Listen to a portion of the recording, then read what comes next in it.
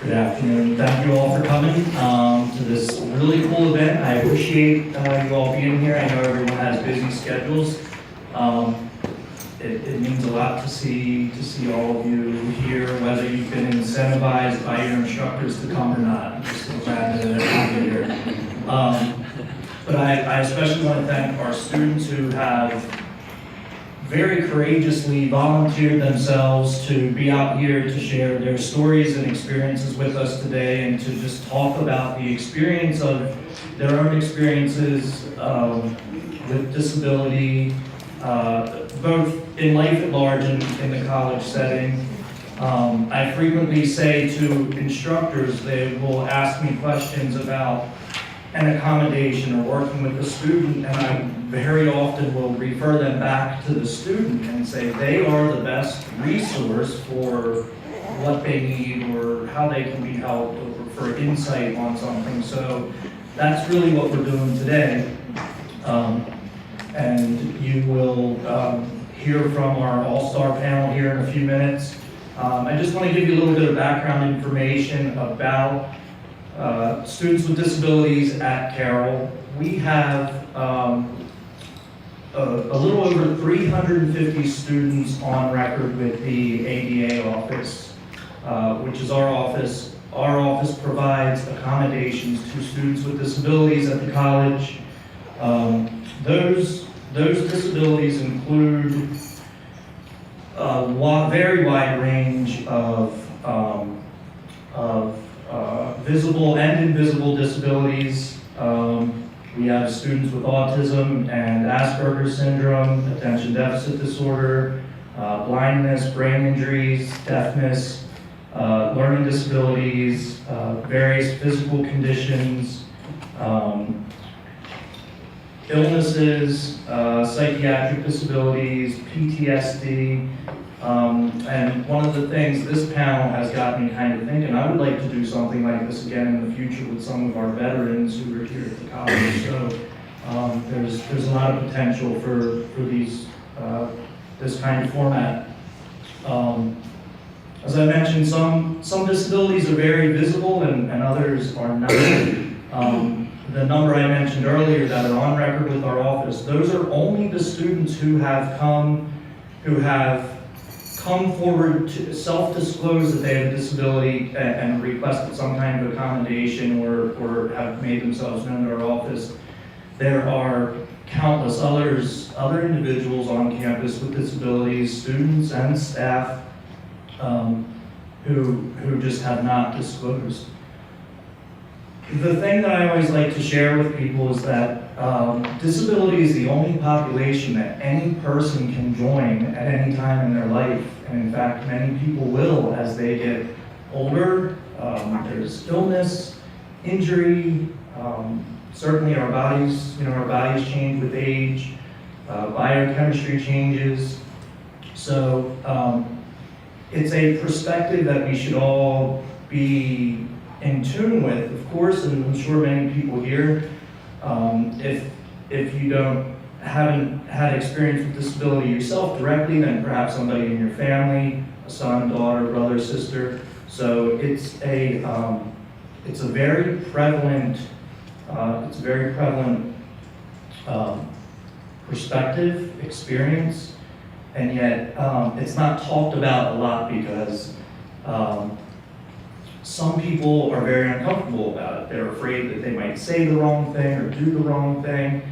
And I always say that it's a very fine line that we have to walk in regards to disability, because I think you may hear some of our panelists say today that the only thing they really want is to be treated like everybody else, because they are like everybody else. But at the same time, we have to be aware of the different needs. Sometimes, certainly the need for access is incredibly important, and hence the federal law where our office title comes from.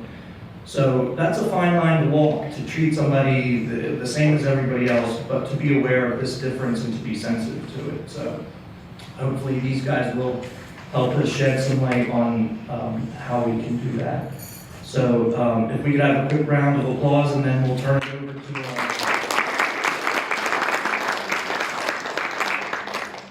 So we're going to start with Chuck here on the end, and Chuck is just going to introduce himself and kind of talk about his disability and his experiences, and we'll kind of move down the line. Hi guys, my name is Chuck Kinney. My major is I'm with my associates in CAD, computer-aided design and drafting. I expect to graduate in fall of 2015. I've been coming here on and off for 9 years now. I'll tell you a little bit about what I used to do. I worked construction with my father, and pipeline construction. And I worked hard and partied hard. That was life to me. I always thought I'd never go to college because I just worked construction my whole life. I felt fine with that. But then things changed a little. I got in this wheelchair because of an automobile accident. I was riding with a buddy in his Jeep, and coming off 795 onto 695, going left towards Towson, it makes a kind of sharp left, and somehow we hit the Jersey barrier wall, and I didn't have my seatbelt on, and I flew out of the Jeep, and after the Jeep hit the wall, and I got thrown from the Jeep. I landed on my head, and they originally flew me to shock trauma with a brain injury, and 14 days later, after I was in shock trauma, I had a spinal infarction, which is a type of stroke to the spinal cord, and that's what really did my physical. I'm lucky in the sense I had a brain injury because I don't remember anything for, I was almost exactly 6 months I was in a coma. So I don't remember a lot of the bad stuff that happened to me while I was all the infections, and it was a mess. My mom and dad told me. So that's why I'm in the chair. Some obstacles in life. Learning, I guess, that I'm not in control. The Lord's in control. And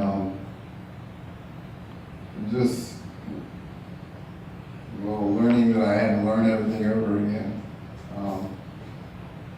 A lot, how to read and everything. In school, finding like a learning style again, since I didn't address that too much in high school because I barely graduated. I was going to work construction my whole life, and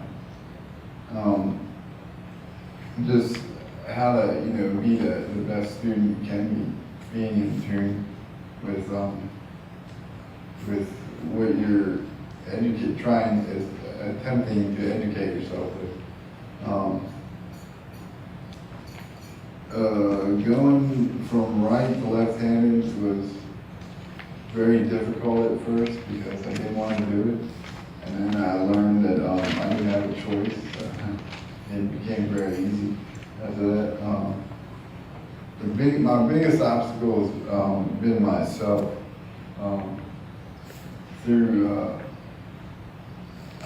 Like I said, I've been here for 9 years off and on, and my alcohol and drug use, it slowed me down a lot, and I did it to feel better, and in the end it made me feel worse, and so I'm back where I should be, and especially in alcohol. I took 3 years off. And I was stuck in the bottle, and trying to escape reality. And reality is I have this life, you gotta live it. So, some misunderstandings of people, some misunderstandings that people give us. Well, I can speak for myself. Me being in a chair is when people talk down to you, kind of like you're 5 years old because I'm in a wheelchair. Oh, he's in a wheelchair. It is. It's humorous. Everything will be okay. Yes, I'm human too. I'm 33 years old, and I'm a grown man. I know what's going on.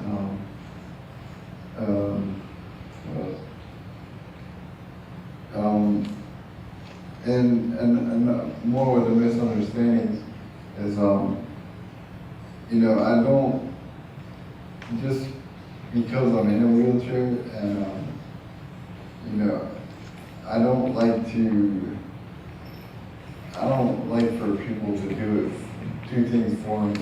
If I'm able to do it, show me how to do it. Don't do it for me. I want to learn, I want to get smarter. I don't want to be stuck in a wheelchair and just sitting there, Chuck, can I just jump in real quick? Just something very telling about Chuck's character and to speak to that. We have a study room near our office, a distraction-reduced study room that our students use. And Chuck had been using this for almost 2 years. And we had a printer in there, and it was set up on top of a shelf. So the printer is about this high. And it never even occurred to me that this might be difficult for Chuck to reach. Well, Chuck had been using the room for almost 2 years, and then finally, a couple weeks ago or so, Chuck came to me and said, "Is there anything we can do about the height of that printer?"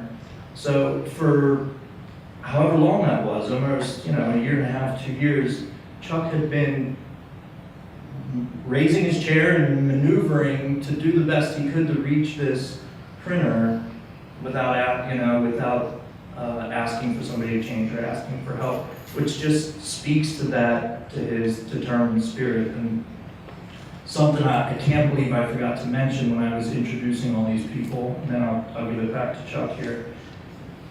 The reason these students were selected is because they are our ADA club student leaders, but they are also academically successful. They all have a GPA of 3.1 or higher. Some of them are much higher than that. So Chuck is a great example of an academic success story, a turnaround, because he did have the struggles, and now he's up there. So go ahead, Chuck. And it only took me 2 years to ask for it. All right, where were we? My Carroll experience has been great. Everyone's, willing to help you. If you ask for it, if you initiate yourself, if you want it, and they see that you want it, they're gonna help you. They're gonna help you regardless. But, and I think that kind of goes for everybody. Just general in life, people are more willing to help you if you want to help yourself, if you're showing the initiative to succeed, disabled or not. Everybody needs help with something in some way, and I think asking, for help and it's such an easy thing. I don't know why people don't do it more. So thank you guys for listening to me.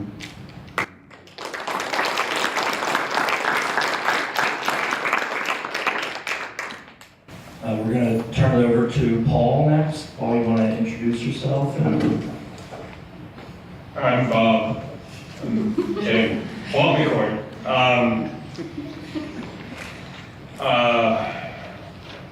I'm a student here. I'm getting my general AA in December. I'm gonna finally finish up. I've been here since 2005.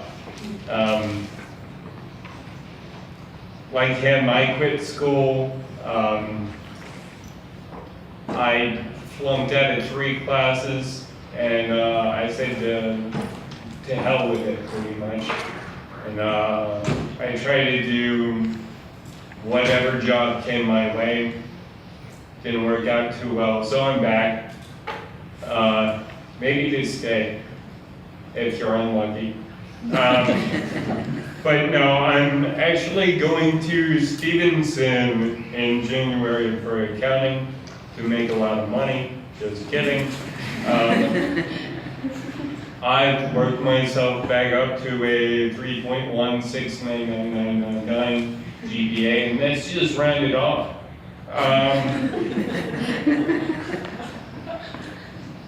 When people ask me what my disability is, I tell them it's not my hair, it's gorgeous. It's probably my mouth, I talk way too much.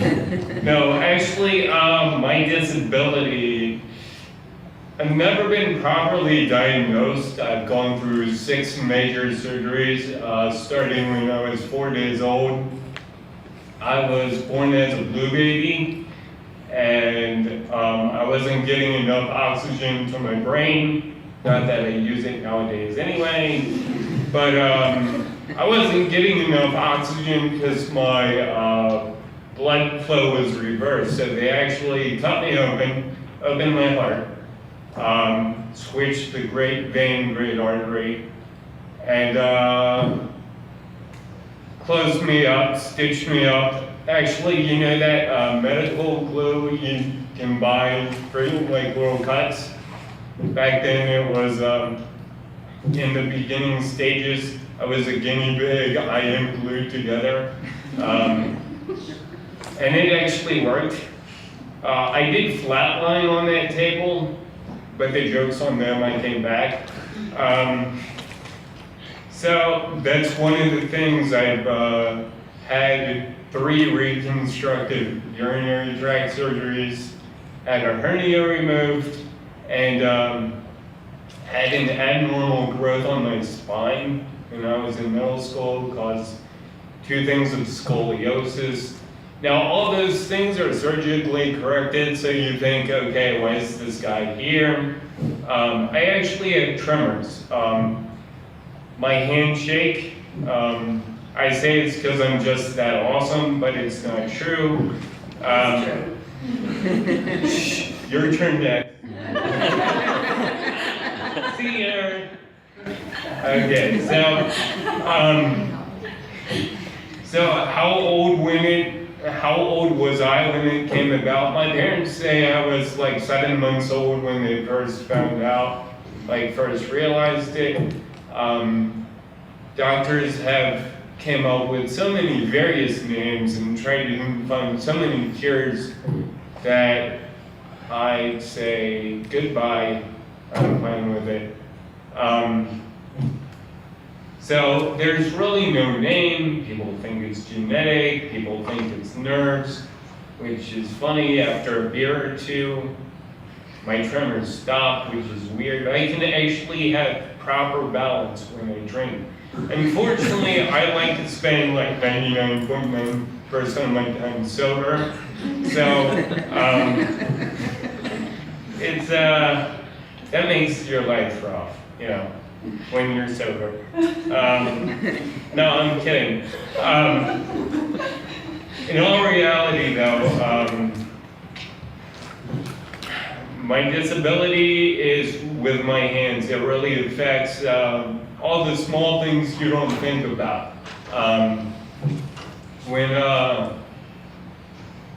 To be perfectly honest, I could not tie my shoes until I was right out of high school.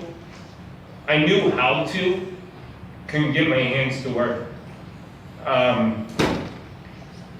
couldn't tie my tie, and I used to work as a shoe salesman, so I got these zipper ties. And the joke was if I got to wear a noose for work, I'm not telling you it's not. But then I learned how to do it. I actually do it the best in my family. It's kind of funny. I didn't have training wheels on my, well, training wheels came off my bike when I was like 12 because my balance sucked. And I wasn't allowed to drink beer at that time, so I really could not. No, I'm kidding. I'm sorry.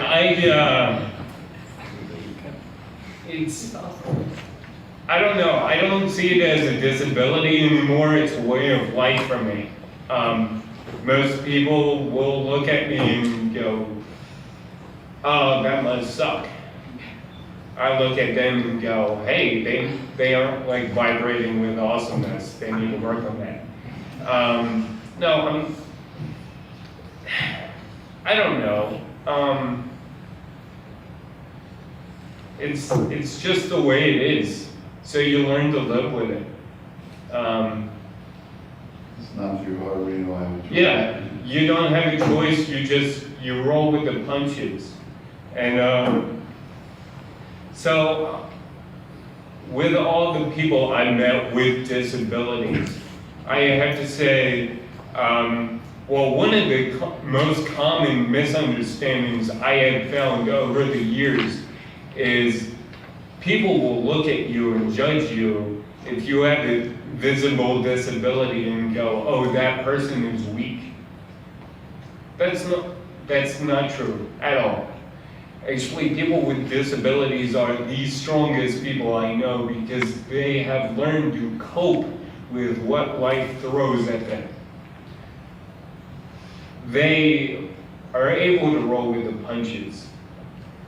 You know, I don't get upset when it takes me 3 minutes to tie one shoe. I can't. It takes too much energy to get upset. So you just keep rolling with the punches, keep doing what we do, and so, I mean, that's one of the biggest things to learn from people like us, is you can look at us and say, "Yeah, you have a disability." I say, "No, we have a certain challenge in our life that we have learned to overcome." For instance, here at Carroll, because of my writing, it's horrible. I've had someone say it looks like Arabic before. I can't even speak Spanish, let alone write in Arabic, so I don't know what they're talking about. So, when I was here in 2005, I got a note taker. That was helpful. Gives me extra, sometimes I get extra time on tests. That's really helpful also. And these guys, Joe, Kirsten, actually everybody here at Carroll staff-wise is so helpful. They're willing to work with you, but you have to work for yourself first. You are your own advocate. So when it comes down to a person with disabilities, don't look at them like they're some kind of weak person. They're probably stronger than you think, maybe not physically, but they offer a lot of knowledge and wisdom, and I don't know, if you just listen to what they have to say, you'll actually learn a lot. I know I have, and I have a disability. I mean, or disability, whatever. I don't know. The experiences in life aren't easy for us, but that's what makes us stronger. So,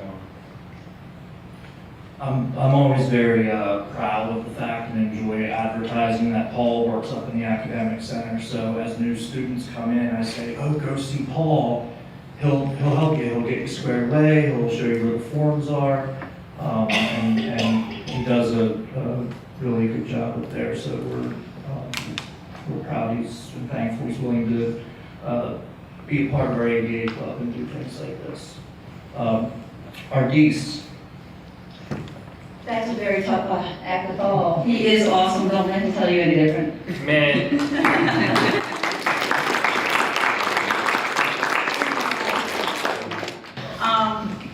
My name is Ardise Van Horn. My major is actually ECE, early childhood education. I would like to go into special ed.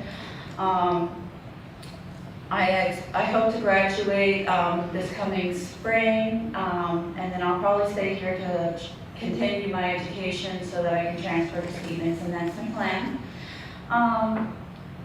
My disability, I have a learning disability, and as long as I've been alive, I've basically struggled with speech that you can't tell now.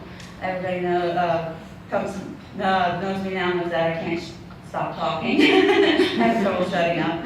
I love to talk, but it took me a long time to learn how to talk, and that's one of the first signs of dyslexia, which I didn't realize until doing my own research. I wanted to find out why everything was hard for me. Why when I look at a word, even though in my mind I know what it is and what it means, why I couldn't say it. I couldn't decode the sounds. And reading out loud is very hard for me. Being able to, I have a hard time taking tests. I get very nervous and a lot of anxiety because I have this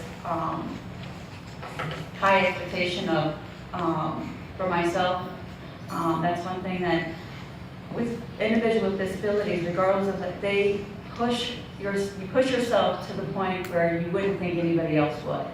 Because you have to study 3 times as hard to get a C, you want to study twice as, even more than that, to get that A. I have a 3.5 GPA.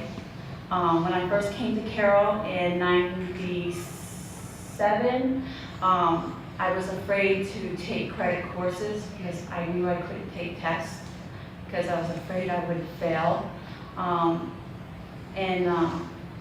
That's not an option. Failure is not an option for me. I have to do good. I have to perform. I have to prove, not to anybody in this room or anybody here at Carroll, but to myself that I am competent to perform to the task that has been given to me. And to overcome my weaknesses and to let what has been hard, to use that to teach others how to make it easier for them. That's one reason why I want to go into special ed or do one-on-one or be a resource teacher in the public school one day. My disability basically has impacted my life. Is you never realize how hard something is until you really have to do it. And there's something that everyone in this room has something that they struggle with. On a day-to-day basis, I have to reteach myself how to decode words, how to pronounce words. It's kind of funny, I have a kindergartner who's got the type of his reading class, and I'm like, okay, remind me what word you're looking at, is that was or saw? And for me, it's kind of, my kindergartner knows the difference, and I have to teach myself on a daily basis the difference between the two and decoding those simple words. So it's a humbling experience, but it makes me want to work. It makes me want to be brave. It makes me want to be not afraid to walk in my own skin and not to be afraid of my disability, but to be proud of all the things that I have accomplished.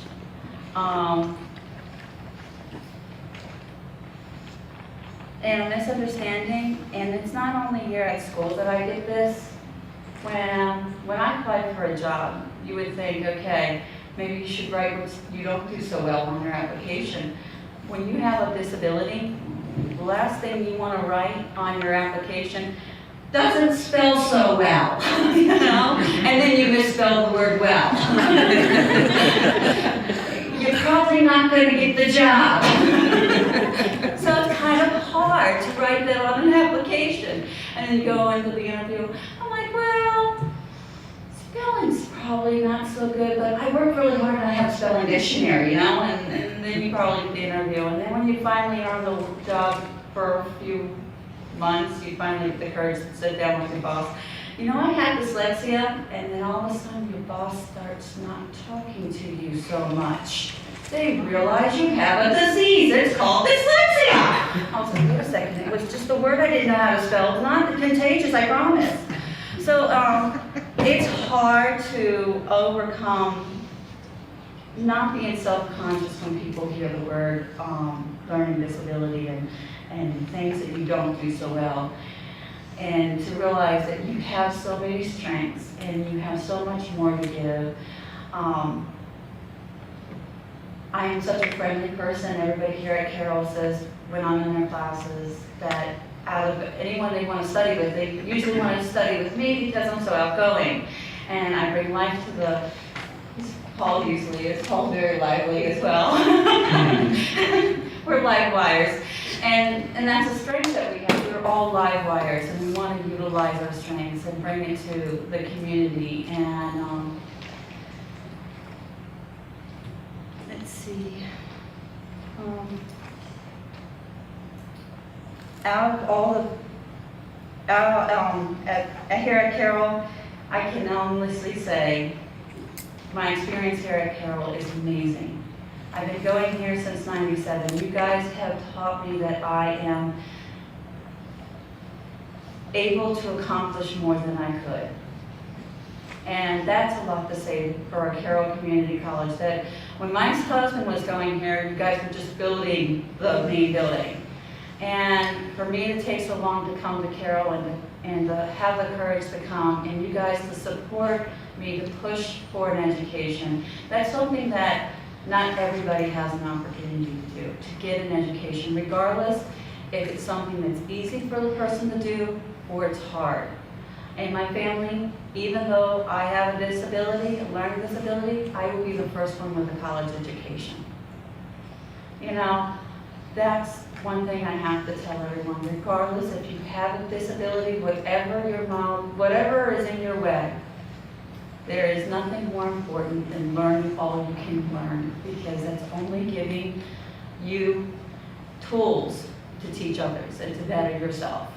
And if I can tell you anything to take from here is to push yourself to be the best you can be. It's not a Marine saying, it's an RDism. Thank you, Ardis.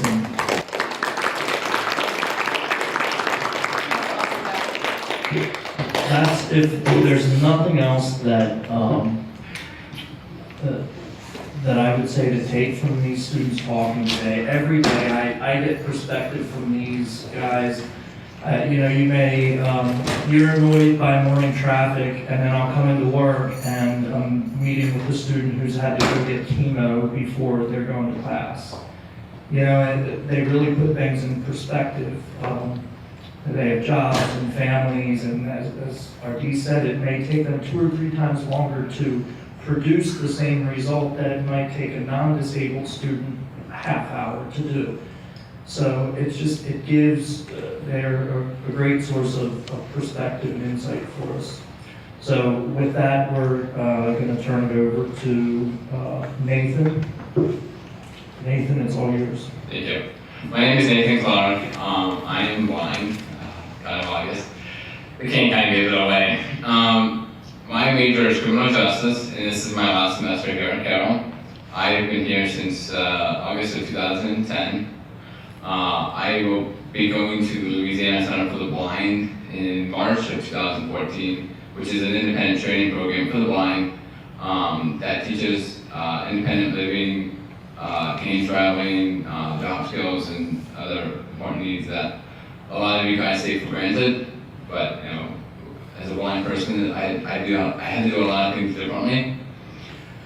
Not to bore you with my medical story, I have 4 eye disorders. I have aniridia, which is small eyes, so when you look at me straight in the eye, that's why my eyes are small, it's because of the aniridia.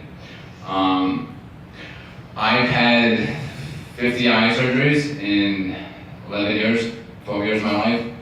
I've been I've been partially blind in 1998 after getting struck in the eye by a baseball. And then in 2001, I bursted a blood vessel after coughing too hard. I coughed in the middle of the night, so I did not know that I was totally blind until I woke up the next morning and realized, oh crap. And then that's when the surgeries began. I went to Johns Hopkins first, and then I went to Wilmer Eye Institute, Walter Reed Medical, just because my parents are in the military, so I went to the military system. Oh God. Yeah. Then I went to Michigan because all the hospitals here in Maryland realized that they couldn't do a thing with me. And so I've been in Michigan doing I have 2 eye doctors in Michigan. They've been dealing with me for 9 years now. And I've had a total of, 50 eye surgeries. I know, 50, not 15, 50, yes. And I had all those before the age of 13. And I was blind, my first surgery was when I was 9. So I had I was averaging about 10 a year there for a while. I missed a lot of school. I actually missed the entire second half of my 3rd grade year, because that's the year I've been blind. And then in 8th grade, I missed quite a bit of chunk of time because I was having eye surgeries in Michigan, so I wasn't going to school in Maryland and having eye surgery in Michigan. It wasn't gonna work. I don't think my teachers would appreciate me doing work while I was under drugs and anesthesia. But whatever. As a blind person, I have dealt with a lot of issues. I have to, use a cane. I know I probably tripped every single one of you in this room, at least more than once. Some of them purposely, probably. Probably shouldn't have said that. But whatever. So that's that. I use this thing here. It's called a brown note. It's a miniature computer for the blind, they tell. It's a lot more than that. It's about $8,000, so if I ever got this stolen, I'd be in a shitload of trouble. I'd have the Maryland State Department of Rehab on my behind. Well, whatever. So I use Braille. Yes, that big thing with a bunch of that pop thing. Yeah, that thing with bumps. Yeah, that's me. So I learned that. I was taught that in 3rd grade. The average blind person usually learns Braille in about 4 years. I mastered it in about 6 months. Yeah, 6 months. It was pretty good. I pretty much got it shoved down my throat because I was totally blind, so I was losing my vision, so I had to do something. So I wasn't gonna, be a totally blind guy and using print. So I pretty much got it shoved down my throat by the school system and my parents. Thank them now. I was having eye surgeries and learning Braille at the same time. Oh boy.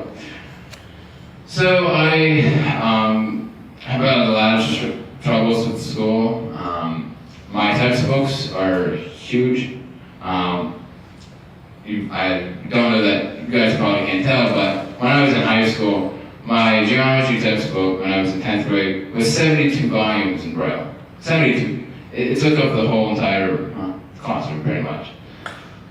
Yeah, 72 of them. Yeah. Whatever. So that was that.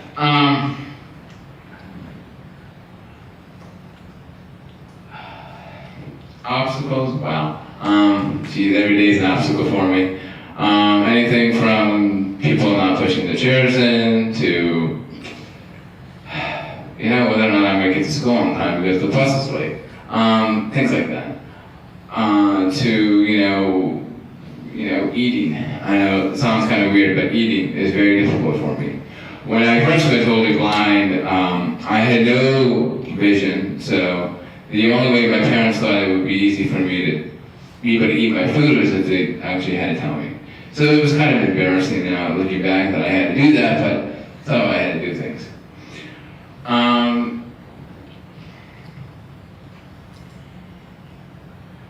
Some misunderstanding about blindness. A lot of people think that people who are blind are somehow deaf. It's kind of weird. People like to get up in front of me, yeah, I'm like, Jesus Christ. I can hear better than every single one of you in this damn room. Whatever. I don't even get a microphone. People can hear me. Well, whatever. So, I can hear a pin drop now. So I've had to deal with a lot of things in my life. Do I feel bad for myself? No. I deal with it. I'm probably never going to gain my vision back. 50 eye surgeries in 12 years, it hasn't done anything for me. A lot of people ask me, why do I have so many surgeries? Well, if I knew that, I wouldn't have 50 eye surgeries. I have a plastic cornea in my eye, so, which pretty much, they took my cornea, my doctors had to take my cornea out of my eye, because I was damaged. It was probably going to destroy my eye. So, whatever. That's how that worked. So,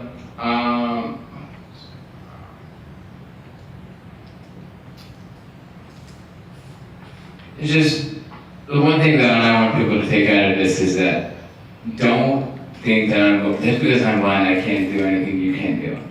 I can do the same schoolwork, I still can travel, I can still enjoy life, and just because I can't see what you're doing or what I'm doing, doesn't mean that I shouldn't be treated differently. So, that's it.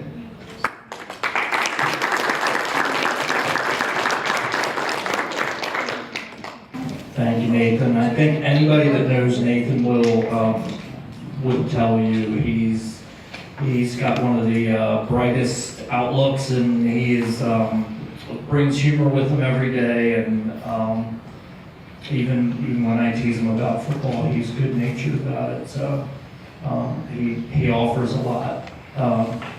So our next person up here is Amy, and then after we hear from Amy, we're going to kind of open it up, and if people want to ask questions or have comments, we have some time to do that. So I just wanted to mention that now, but we're going to hear from Amy first. Hi everybody, my name is Amy Gator. This is my third year at Carroll, and I'm studying early childhood education.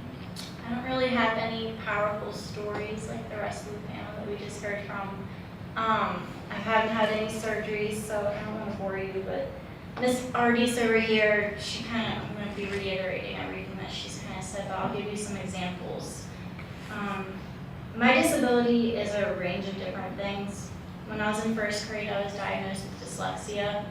I had occupational therapy for low muscle tone. I could not, holding a pencil was like holding something rubbery, just fell out of my hands. I had to go to physical therapy for my eyes, for vision therapy, that was vision therapy. And I had to basically learn to read, because whenever I read or wrote something, my brain just hurt. I would be exhausted after reading a paragraph. I also have a slow processing speed. So for example, if a teacher has a PowerPoint on the board and we had to take the notes, for me to look up at the board, read the paragraph of what I need to write, think about it, put it down in writing, the teacher's already moved on to another slide. So that's really frustrating. So I have this thing called a Smart Pen. I try to use it as much as possible. It records all of my teacher the whole time of what they're saying, and I can also write into a book that's special that will take notes, and I can plug it in my computer and can just print out my notes, which is really cool. My disability has impacted my life ever since I was in first grade, like I said. I've had to work twice as hard, like RD said, at everything that I do. Every day I'd be taken out by a resource teacher and be taken into a small room that I would work one-on-one with her on extra stuff. I went to private school and they had Spanish, so I never learned Spanish, never had to take it in high school. I can't imagine. If I can't read our language, I don't know how I'm supposed to read another language. But yeah, I would get extra help, and back then I didn't really understand when I was being taken out of class when everybody else was in class. So I didn't really, like, that was kind of weird. But then as I got older, in middle school and high school, I started to understand, like, okay, this is what's wrong with me. This is why I need to work harder, and how to work harder with everything. And I would start going to my IEP meetings. IEP is Individual Education Plan, which is consisted of objectives. Everybody on this panel has had an IEP that is their personal objective that they want to meet. And my parents and my teachers would gather like once a semester for that. And my biggest impact of my disability was math. Going through, it was like elementary school and middle school, it was a reading problem. And finally I learned to cope with my reading problem with dyslexia. And then it turned into dyscalculia, which is a problem with math. And I was right now I'm not really able to get my bachelor's degree because of the math classes I have to get, or I have to take. Because to be a preschool teacher, I have to take statistics, college algebra, geometry, mathematical measurements and structures, all at Carroll, and then I probably have to take more at Towson. So, like, long word problems are impossible for me to do. I go to a tutor. I pass statistics with a C, but I went to a tutor 3 times a week for 2 hours each night, and I passed with a C. But it's when, like, I take my test, and it's like I have all this. It's like my head's like a filing cabinet, right? And you open up the file during the test, and nothing's in there. But when you're practicing at home, you know everything. I knew everything, so I don't know what happens during a test. It's just not there. The most common misunderstandings for my disability for dyslexia. I hate it when I explain like what's wrong with me, and people say, "Oh my gosh, I have that too." I'm sorry, no you don't. I have an IEP then. And I also hate it when people say,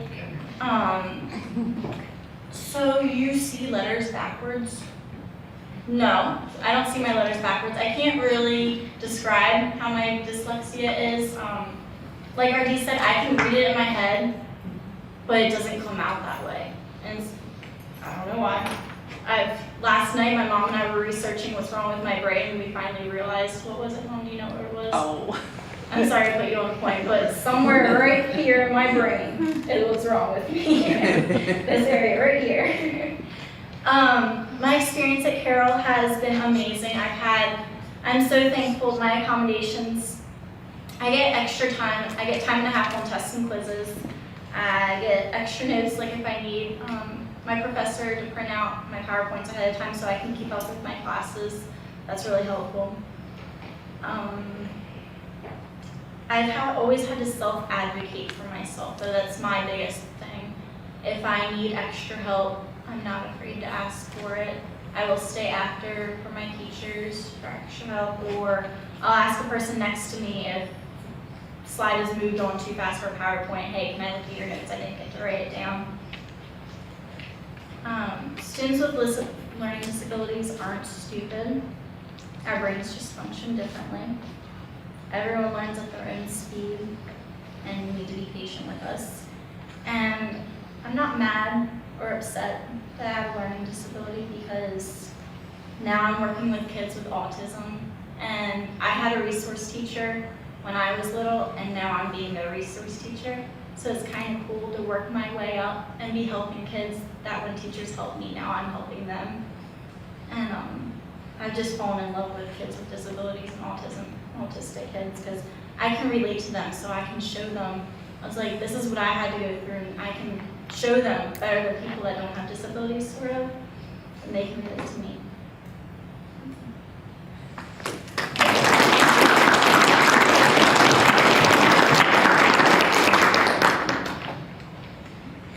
So if anybody wants to start thinking about maybe a question to ask these guys, they spoke about some common misconceptions that are out there. If you have something you're wondering, Kirsten will bring the mic to you unless you have a big booming voice and you don't need it. And I forgot to thank Kirsten Myers at the beginning. She helped set all this up, did the room arrangements, communications. Hello? Yes. Thank you. I just wanted to tell all our panelists, all our students, thank you so much. I am so proud of you all for being here. So thank you. When Joe and I started talking about this as a possibility, I was like, I don't know. I think the students will do it. I'm like, well, being new to this role, I wasn't sure if they would do it either. But we talked to them and they didn't hesitate. So thank you all. You are all an inspiration, and I love working with you all. Okay. So questions? I have a comment.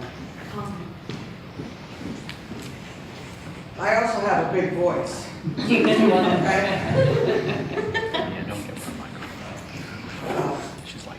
I happen to know the two early childhood education people because they've been in my classes. But I would like to tell you about Amy.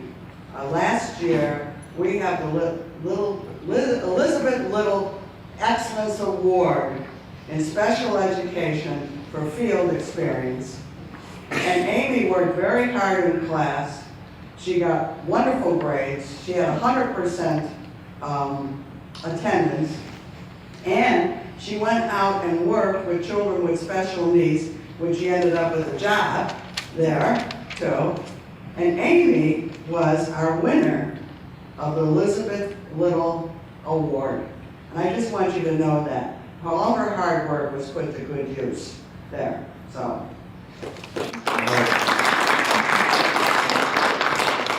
Thank you. Anybody else have comments or questions for our panelists? I have a pretty loud voice too. Okay. So when someone isn't sure what's going on with you, do you want them to ask? Do you want them not to ask? How do we approach it that makes it the best for you? I'm pretty open with my disability. Like, I'm not afraid to tell anybody about it. I've learned a lot through the years about it, so I'm not afraid to tell anybody. I'm not, like I said, I'm not upset that I have a disability, so I'll be open. I'll answer anything about my disability. For me, you can just ask. I don't know how everybody else is. Yeah, I'm the same way. I'm the same. Yeah. Okay. We want you to know that, yeah, we might have a disability, a weakness, but that doesn't define us. We are special and then we are unique, and we have our strength, and we want our strengths to shine. And at the same time, you're asking, instead of saying, what can I do to help? Say, what would you like to do? Because we want to help you understand what's out in our way. That's very important when we are like, sometimes we get a needing hand and we don't want to learn helplessness. We're not helpless whatsoever. We're mighty, we're strong, and we're very big thinkers. And we want to help you. And that's our thing, is we want to help you, not the other way around. Okay, thanks. I'm gonna just back up what RD said. We are strong people. I mean, we might have a weakness, but that weakness really makes us strong. So yeah, go ahead and ask. Personally, if you ask me, I'll probably screw with you. It's fun. I love it, so that's good. I don't take life too seriously because I used to, and I was diagnosed with depression, and I went all crazy, and I act crazy now, but I'm actually sane. That's the weird thing. So yeah, go ahead and ask. Not a problem. I might screw with you a bit, so you are warned. Well, I'm really screwed. Yeah. I would say if you ever see an occasion where you may think somebody with an individual with disability needs help, to offer but don't assume. You know, that's what I do. I say, can I help you with that? Do you need a hand? And a lot of times it's, no, I got it. And, you know, that's fine, that's good. But if you do see a situation, you know, where it's clearly maybe, like Nathan was talking about, people leaving their chairs out. Now think of that cafeteria over there during lunchtime, and imagine trying to navigate that with a blindfold on with all those chairs out there. So, you know, that would be an occasion where I would step over and say, hey, can I help you get through here? There's a lot of junk in the way, you know. And so just being aware of it, but you always want to offer, you don't just want to assume that somebody needs help in a given situation. Sometimes it looks like we need help, but we actually have it under control. Our way might take twice as long as yours, but it's just as efficient. But yeah, it's always good to ask, but definitely do not assume. There's a difference between assisting and doing for. We like assistance and to do something. We don't want you to do it for us. We want to have the pride that we accomplished it. So assistance is different than doing. So just keep that in mind when coming to our aid. We're only asking for assistance, not for you to do it for us. Yeah, I think everybody seems to be in such a hurry to get things done a lot of times. And for myself, I just remember to do things a lot slower. Maybe we've always been like that, but yeah, I know you put more thought process in it. It usually gets done a little better, I think.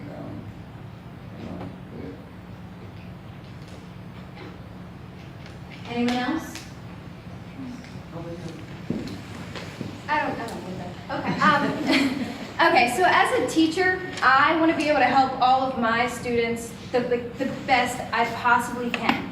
So my question to each of you is, what is something that as a teacher I could do for you to make your experience, your learning experience better? What is something that, like all of us have a favorite teacher. So what did that favorite teacher do for you to help you?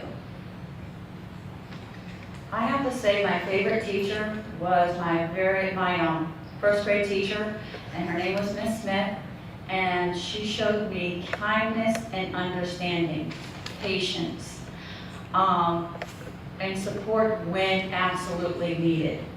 Not when, you know, she didn't teach me helplessness. She taught me to advocate for myself and to know that I have to do things in my time. And to this day, I always say a prayer to her when I have a moment. I go, what will Miss Smith tell me to do? She would tell me to stop and try again. And sometimes that's what good teachers do, is tell their students, I need you to stop and I need you to try again. You're not telling them you're doing it wrong because you don't want to hurt their feelings, but you're telling them to rethink it. And sometimes that brings the right answer out of you. For me, I didn't really have a favorite teacher because even the ones I didn't really like taught me something about myself. I learned from being in their class.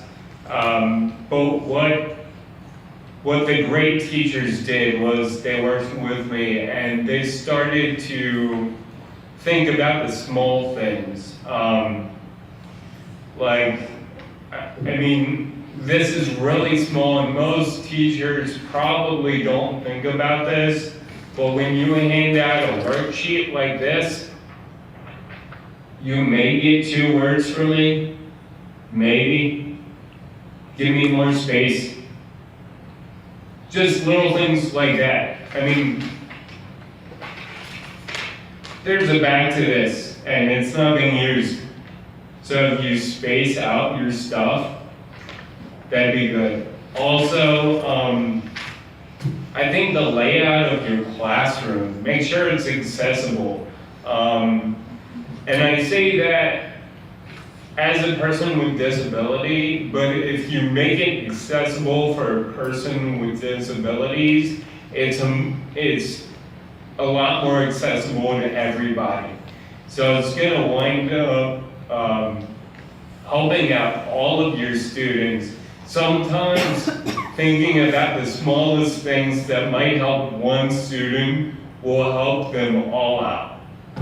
Yeah, and I would just jump in. One of the trendy buzzwords in education that a lot of people probably know is universal design, which means designing your instruction and your materials and your plans in a way that they benefit the maximum number of students. But the analogy that I always use for universal design is the automatic door. It requires a little bit more investment on the front end, but it doesn't hurt anybody, it helps everybody. You know, not just individuals with disabilities, but a mom, you know, somebody with groceries, a mom with a stroller. So universal design in a classroom should work the same way. It has the potential to benefit every student in that class. It's not hurting anybody in the class. It may take a little extra effort to implement it at the front end, but it'll pay off in the long run. As Joe said, the universal design, that helps me a lot too, because a lot of teachers, the good ones at least, they say what they're, like when they're doing PowerPoints, they actually say what, you know, what's on the slide, because I mean, the bad ones just, you know, they just stand out there, I have no idea. I mean, if I don't have the PowerPoint in front of me in Braille, I'm pretty much clueless. And then when they're handing out worksheets, for me it's good if the teacher just says, you know, what the name of the worksheet is. Definitely, because if you have like 3 or 4 worksheets that we're doing that day, and I mean, I could very easily, if you don't say the name of the worksheet, it could take me 10 minutes to find the worksheet in my machine. So just by saying what's the worksheet really helps me a lot. This has nothing to do with my disability, but teacher-to-teacher differentiated instruction is really helpful for all different types of learners, whether it's a child with a learning disability to a child with ADHD. Differentiated instruction for anybody that's not a teacher is kinesthetic learning, visually, interpersonal learning, which is like relate the assignment to the person, the child. So anything that has to do with like real life situations, the child will learn from a lot better, and it'll produce long-term memory, and it'll come up on tests. So this is coming back to me, if I have something that if I do a kinesthetic activity or something that's visualized, like I watch a movie, it'll be a long-term memory file for me. When I do go in my filing cabinet, it'll be in there because I did something. It's actually called brain-based learning. Wow, I learn a lot of stuff in my classes. Yeah, brain-based learning, differentiated instruction. That would help. Yeah, I think you kind of answered the question with your question. And saying, you guys hear me? Yeah. Like, and just asking questions of what would work best with that person. I mean, here at Carroll, we have to, you know, well, if we want services, you fill out worksheet. Accommodation forms. Accommodation, yeah. Our green little forms, if you ever see us in the beginning of the classes, our green little forms that we hand to the teacher. Yeah. That means somebody has a learning disability. Yeah, I think pretty much paying attention to them and addressing what's on there, pretty much lays it out. And don't be afraid for us to clarify what that might mean. Sometimes might be something new on there. And recently, a year ago, I had Bell palsy, so on top of my learning disability, I have now severe migraines, and anything can trigger them. So sometimes just having a professor clarify what that actually means, maybe what might trigger it, to let us know. I know that there's a professor in here, I can tell you, she makes sure if I'm looking at the screen and my eyes start to twitch, she immediately puts my screen down, and she's amazing. Just that notification gives me, that it says so much to me. It says that you guys are understanding what that green paper means, you know, it means that you understand, and that understanding goes a long way. It makes us feel good. I can't tell you thank you. I also just want to add that, you know, our panelists have shared their disability information with you, but again, I don't want you all that are in the audience, whether or not you're students or faculty or staff here at Carroll, to make the assumption that if you're working with someone that they may or may not have disability. Our panelists have been so gracious to share their information, but as you know, they chose to self-disclose that they have a disability and to search out for, you know, to come to our office and work with us for those accommodations. But there may be students within your classes and in your classroom that have chosen not to come and work with the 888 office. And so you don't want to make that assumption, and you don't want to also say, okay, well, because, you know, Chuck has given me this green letter, yes, you're going to follow his accommodations, but a good instructor or a mindful instructor would already have their classroom syllabus set up to reach all students.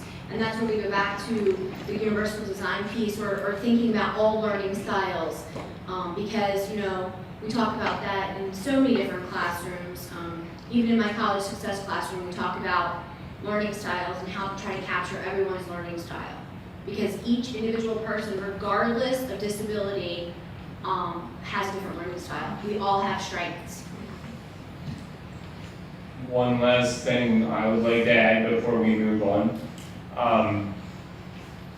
To be, in my opinion, the best teachers held me accountable for my own work. They understood that I had a disability.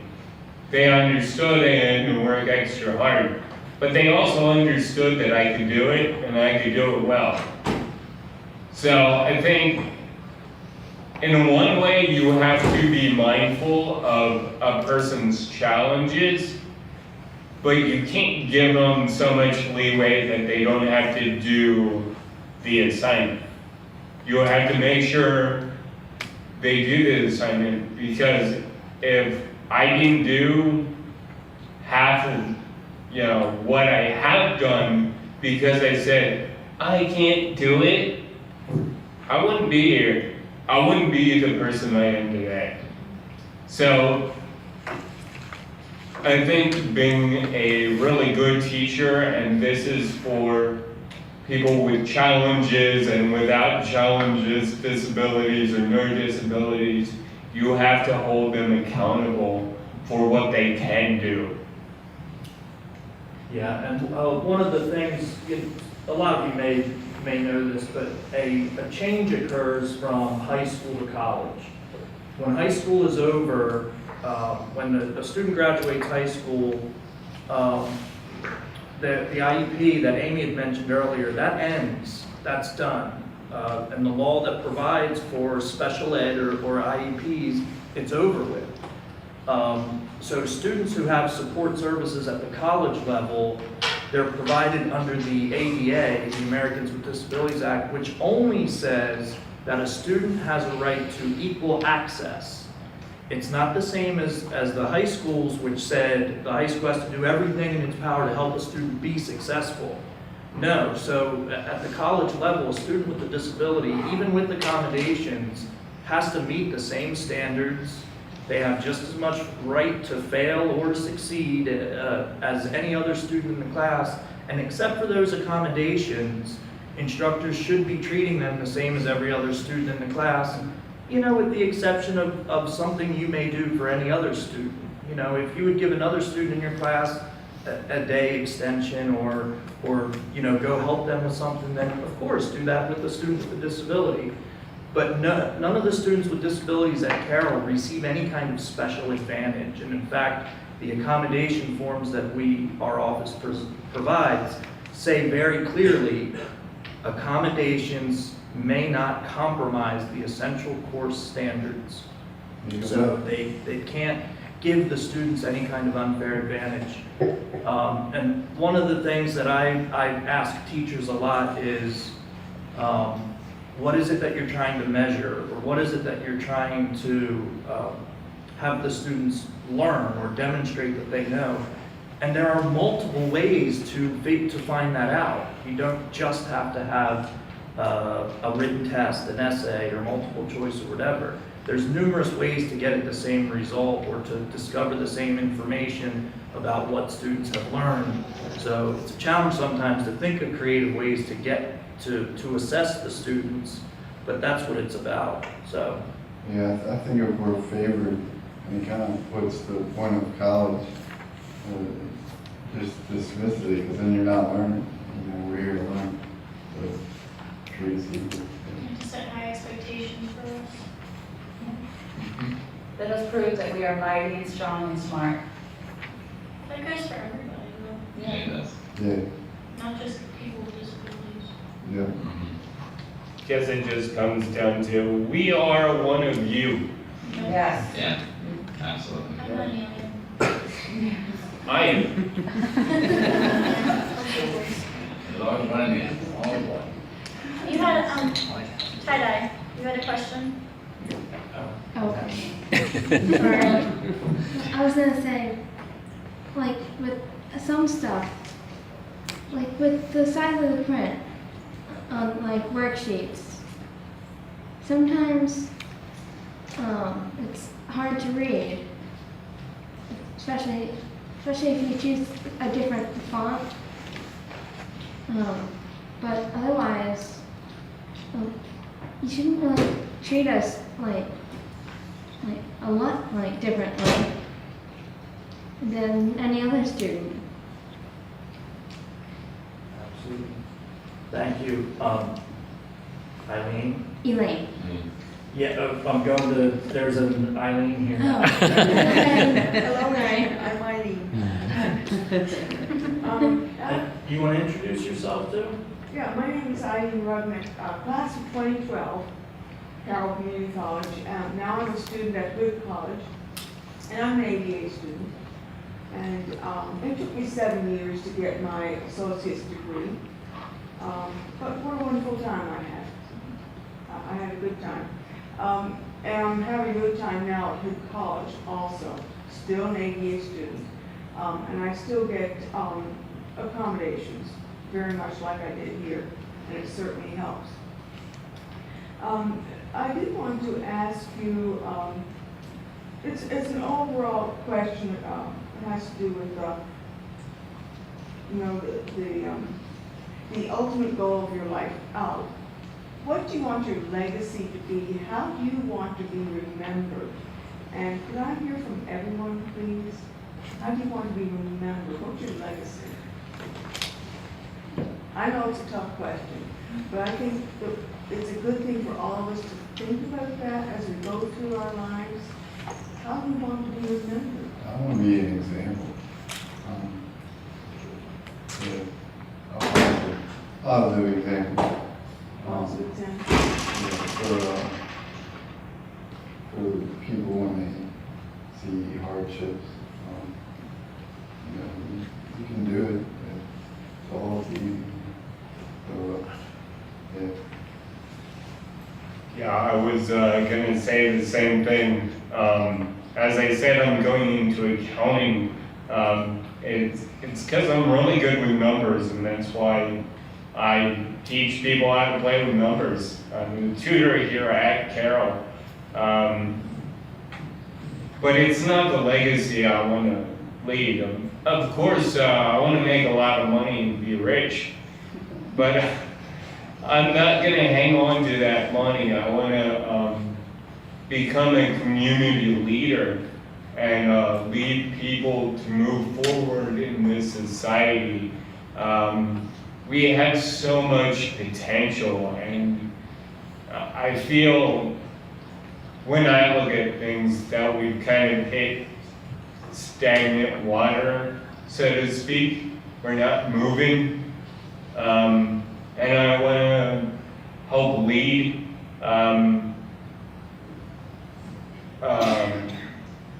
as an example, doesn't matter your religion. A lot of people know the Judeo-Christian story about Moses. No, was it Moses? I don't know. The guy that split the Red Sea. I should know this. Yeah, I should know this. My mom's a pastor. She'll beat me when I get wrong. It's probably well deserved, but We're doing wrong. yeah, I know, right? And I thought I was gonna ride her coattails to heaven. Well, I can forget that idea. But a lot of people, if you do your research on that story, no matter your religion, Moses was a leader of the Israelites. He brought them out of slavery, but Moses had a speech impediment. So, I mean, he couldn't speak. He had his brother Aaron speak for him, but he was the leader. So I look at that saying, hey, so I shake. I could be a really good DJ scratching records, but I'm going to do a lot more with my life. And I want to, I've really understood my calling to be a leader in society, to teach, and I'm going into accounting, but I want to be when I retire from that, I want to be a philosophy professor and screw with college kids' minds. Make them actually think for themselves. I know they're probably not going to hire me here. I mean, they just put that on videotape. But I think going back to the legacy I want to leave behind is that, you know, I want to be an example, I want to lead. I don't care if anybody remembers my name when I die, because when I die, I'm gone. I'm not even paying taxes. Woo! But, sorry. But, yeah, I know, right? But the truth of the matter is, everyone here at this table, in my opinion, we have a chance to lead and teach people how to live and be stronger people so we can move the society forward. So, that's me.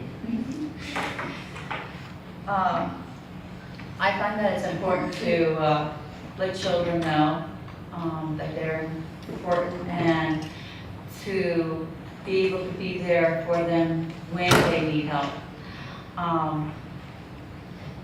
I adopted my son, and I think that's the one thing that I'm already so proud of myself for doing, and bringing a child into home that would have not had the life that they would have had if they weren't for someone. And instead of being afraid, well, I was not smart enough to care for a child, looking at what I would be providing for them by giving them a secure home. And I want to do that for more than just my child. I want to do it for all children deserve to have a place of security, a place where they can go, where they know that there are individuals out there that are cheering them along. I volunteer in my son's school, and all the time they go, Nolan's mom is here, look what I'm doing. They already know I'm their cheerleader. And that's one thing I like to do, is I like to cheer kids along and let them know that they are amazing little individuals. They have so much potential, and to let them know that they are already a shining star in my eyes, and let them know that they have someone there that's cheering them along, and so that they can be proud of themselves and that they can achieve so much. And that's my legacy, is just being able to give back to the little ones so that they can be the, you know, God's little blessings. My legacy, well, I forgot to mention in my introductory comments that I am a member of the National Federation of the Blind, which is the most powerful blindness organization in this world. They are based here in Maryland, actually, nationally based in Maryland. So I want to leave my legacy with that organization as being the leader of that organization and changing what it means to be blind. I went out the organization, passed laws in Congress in DC. I don't know, passing laws in DC. Very difficult, but I want to do it. They can't settle the budget, what are you talking about? You're thinking big, way big thinker. Okay. Hey, I'll stop. We need Nate down there to do the budget now, too. I'm good, I field trip tomorrow. Sure as I can. No, I want to leave my legacy with the NFB. I want to change what it means to be blind because I, as a member of the National Federation of the Blind, have been taught so much and I have been led by many great blind people that I want to get back to the next generation of blind kids and teach them what I learned. And I just want to change the global perception of blindness because it needs to be changed. It's not good. What the world believes about blindness, it needs to change, and I believe that I can help change that perspective. I think the legacy I'd like to leave behind is that I help children and want to make a difference in each child's life that I relate to. As a teacher, that is my philosophy. Basically creating a safe haven for the children, like already said. You don't know what's going on with their houses, you don't know what their family's life is like, and I want to make a difference in my classroom, so they should have a place where they can come every day, where they can trust who they're going to be around, and make a difference in the child's life. Positive example. So we have any last questions? Another question or two, and then we'll wrap things up. Speak now or forever hold your peace. Well then, could we have one more round of applause for